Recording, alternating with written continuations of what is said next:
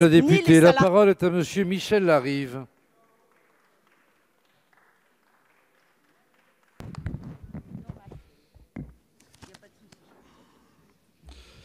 Monsieur le Président, Mesdames et Messieurs les ministres, chers collègues, ma question s'adresse à Monsieur le ministre de l'Éducation nationale. Vous aviez pris vos précautions, Monsieur le ministre. Vous souhaitiez, et je vous cite, que la rentrée soit aussi normale que possible. Vous aviez raison, parce qu'elle s'est mal passée, partout. De la maternelle à l'université, des classes surchargées, un nombre important d'élèves sans affectation sur tout le territoire national, de l'Île-de-France à Villefranche-de-Lauragais. Des enfants perdus de vue, 3 900 rien qu'en Seine-Saint-Denis. Des étudiants en mal de Parcoursup, abandonnés à leur sort. Et à qui Madame Frédérique Vidal, ministre de la Recherche, propose seulement qu'ils se responsabilisent. Enfin, une insuffisance criante d'enseignants à tous les échelons de l'enseignement public. C'est la deuxième rentrée sous Covid, Monsieur le ministre, cette année. Vous aviez l'expérience et le temps pour l'organiser convenablement. Que se passe-t-il avec notre éducation nationale, Monsieur le ministre?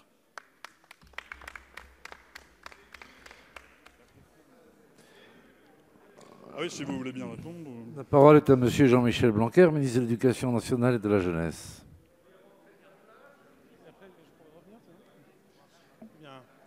Monsieur le Président, Mesdames et Messieurs les députés, Monsieur le député Larive, vous avez été concis, je vais l'être. Je vous invite d'abord et avant tout à regarder l'ensemble des pays comparables à la France et nos grands voisins. Et vous pouvez poser la même question la semaine prochaine. Regardez et parlons-en. En effet, nous avons fait la rentrée la plus normale possible dans des circonstances que chacun reconnaît comme étant particulièrement compliquées. Pourtant, tous les enfants de France sont revenus, tous les professeurs de France sont revenus, avec quelques exceptions. Ceux qui ne sont pas revenus, c'est en tout cas pas grâce à vous, puisque si je me réfère à ce que disait votre leader, M. Mélenchon, au mois de mai, il disait « si c'était mon enfant, je ne l'enverrais pas à l'école ». En faisant cela, il ne rendait pas service ni à l'école, ni aux enfants les plus défavorisés de France. Et c'est ça le problème avec vous. C'est que vous avez des discours sociaux, mais des paroles qui en réalité sont antisociales. Alors, la rentrée a été le plus normale possible. Oui, je le confirme.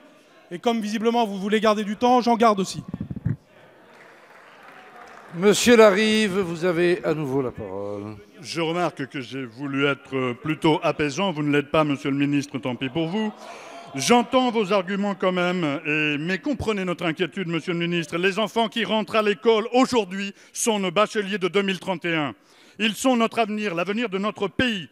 Pourquoi ne pas attribuer des postes aux enseignants placés sur des listes complémentaires? Ils sont budgétisés, ces postes. Pourquoi ne pas instaurer la distribution de masques gratuits du collège à l'université? Vous garantiriez ainsi l'application de votre protocole sanitaire.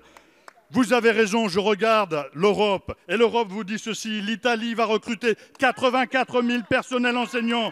Et je dis bien enseignants, rien qu'à Madrid, ils seront 11 000 à venir renforcer les écoles.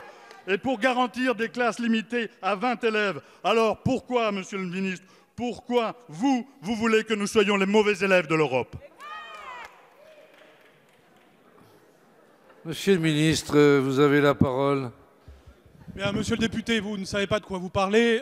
Dans les pays en question, je vous invite, dans n'importe quel pays comparable à la France, à recruter 84 000 personnes comme étant professeurs. Si vous appelez professeur les recrutements qui vont avoir lieu, alors nous n'avons pas la même conception de ce qu'est un professeur. Monsieur le député, ayons un débat approfondi sur ces sujets. Franchement, nous n'avons pas à rougir de ce qui s'est passé. Essayez de contribuer à l'unité nationale autour de l'école, plutôt que d'essayer de faire de vaines polémiques.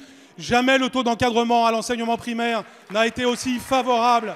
Dans chaque commune de France, ce taux d'encadrement s'améliore.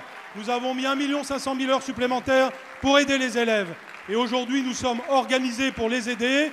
Vous, ce que vous voulez, c'est créer des polémiques. Nous, ce que nous voulons, c'est aider les élèves de France. Merci, monsieur le ministre.